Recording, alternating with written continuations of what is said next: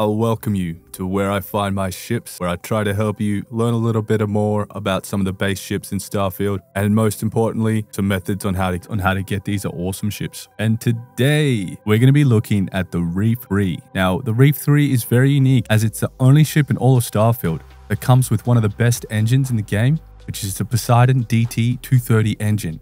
An absolute monster of an engine. And due to this rare component, the Reef Mark III has the best maneuverability of any Class C at a starting maneuverability of 84. With such a high mobility, you can easily add one more DT230 engine and get a mobility of 100. Now, if you really care about the aesthetics, you could look to add a D60 engine on both sides, giving it that really cool look where you have two main engines and two secondary engines. Looks awesome flying this in space. It also comes with a ton of the top components in Starfield, but we'll get to that very soon. The Reef Mark III comes in at the 8th most highly valued ship in all of Starfield at a hefty price tag if you were to purchase with no commerce perk of a value of 577,425. And just some quick bits about it. It has a jump range of 30, a crew of 6, a reactor of 40, and a very reasonable cargo of 3,500. Got a very sturdy hull health of basically 1,500. Quite terrible on the fuel. That's an easy fix. It's an absolute fun and fantastic ship to get and to chuck on a bunch of weapons. Straight away, put on one of my favorite particle weapons, which is the PBO 300 Auto Alpha turret. Cool thing about this turret is you can put 3 of them on. You could also very quickly and easily make so many different weapon choices as it has plenty of spots at the top. Put on whatever you want. Plenty of room for more cargo. And it's got some of the more unique landing gear. The other unique thing is that the Reef III can only be purchased at a select few technicians, which will only become available once you reach level 72. What makes getting the Reef III more difficult than other ships is that I don't believe you can actually purchase the Reef III from your landing pad with the shipbuilder. Please correct me if I'm wrong, but from my understanding, you cannot purchase the Reef Mark III from your shipbuilder that you can build at your outpost, which is pretty wild. So it does make it less accessible, but still worthwhile. Let's have a look under the hull and see what's powering and working behind this bad boy. Well, the power source is the S40 shared flow reactor. This is one out of the 2 reactors that provide a power generation of 40. The second most expensive at 81,000 with a level unlock of 57. Pretty much getting the second or third best reactor in the game straight off the bat if you can get this, which means it can really power any modifications you want to make. Moving on to the grav drive. Well, the Mark III won't disappoint, having the most expensive grav drive in the game, the infamous J52 Gamma grav drive, which you'll be able to unlock and purchase to throw onto your own ship at level 53. This grav drive has the highest health and a power of 11. It comes in at a whopping 118,000 credits. So you'll be able to get out of a tight pinch. Now, moving on to the shield. Now we have the Odin 350C shield generator. This is the 3rd most expensive shield generator with a level unlock of 57. This Starship Design rank 4 again. Gives you quite a good shield health of 1,300 with a 5% regeneration rate. And it's an 11 power shield. So a really nice shield to keep you safe in space. Moving on to the most unique component of the Reef Mark III, the Poseidon DT230 engine. The only ship in the game that has this engine. It is the 4th most expensive engine at a cost of 42,000 with a level unlock of 57. It has a required power of 4, so you can only attach 3 of these, but that will give you 100 mobility. Gives you a whopping combined thrust of 103,000 with a maneuvering thrust of 34,000 if you have all 3 engines attached. Its thrust per power is 8,630. This is definitely one of the top C-class engines you can get in the game. And we'll start off with the Obliterator 250 MEV Alpha turret.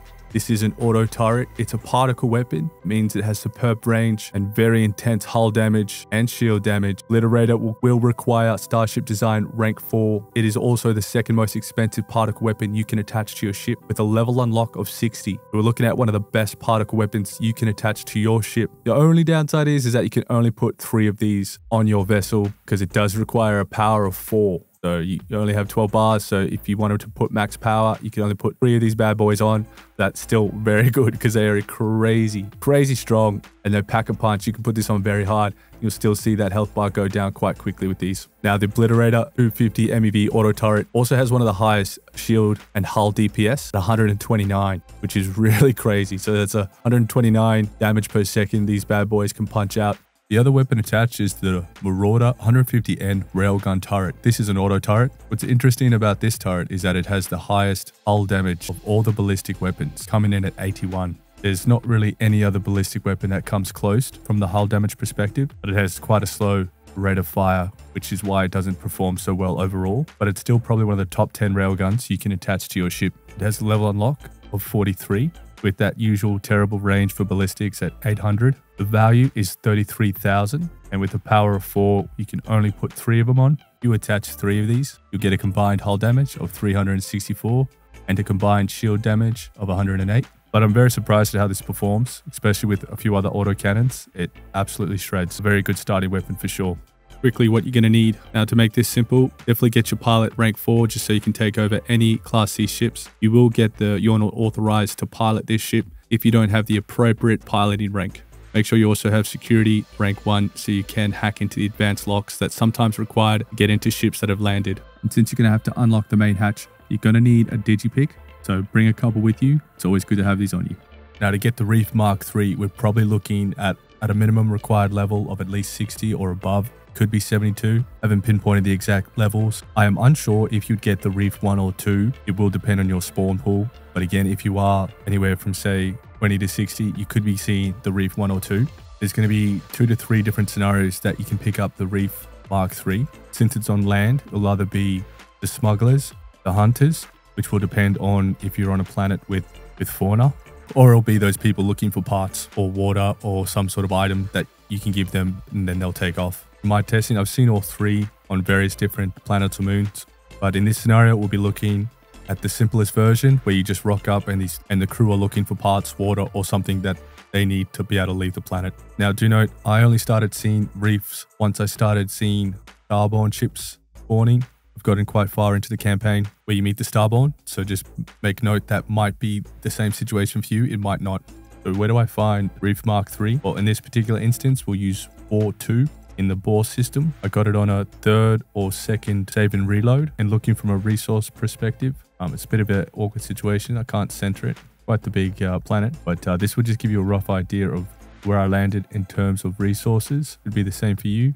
Now, the Boar system, there will be another requirement to get to the Boar system. A ship with at least a jump of 25 light years, I believe. So that will be another requirement. Now, do note, if you have the correct spawn pool and you have Guardians spawning, you should also be able to find the Reef Mark III. I know for sure I definitely got it. Definitely got the Reef Mark III on Hawking 4A. Found it in Archimedes and the moons there. I've found it nearly in all these areas, but again, it just depends if you have luck with the spawn pool. On one account, I could not get it to spawn, even being over level 80, but again, hadn't progressed very far into the campaign. But it seemed to be once I did get further into campaign, I would start to get Reef Mark III as I got it to a higher level. I was very far into the campaign. So just keep that in mind. There's something we haven't quite figured out with how the spawn poolers works. If we ever do, that'd be awesome. But yeah, I would start with Boar 2 and using the save and reload technique. I'm pretty sure I landed on the deciduous forest areas. You can try other ones, but that's where I was sticking to. And that should just give you a rough idea of where you might be able to find a Reef Mark III. It's going to be dependent on many factors. This might be quite hard to get. Buying might be one of the better options in this ship's case. Or progressing further into the storyline could be an option. Okay, so my setup was I was jumping from Fermi to Boar. It was my first time visiting the Boar system. I jumped into orbit around Boar 2, and then I spent a bit of time. I was just trying to find out all the different area types. They have mountains, they have frozen crevasses, and they have the deciduous forest. So I thought I would stick to deciduous forest. So I ended up landing there, and then it was just a matter of doing the load and save trick. So obviously I had the auto save for landing on. So when I land, the game saves. And first time I landed, I got the Starborn, and then I also then got pretty A-class. And then on the 3rd go, I got the UC Reef Mark III, which was awesome.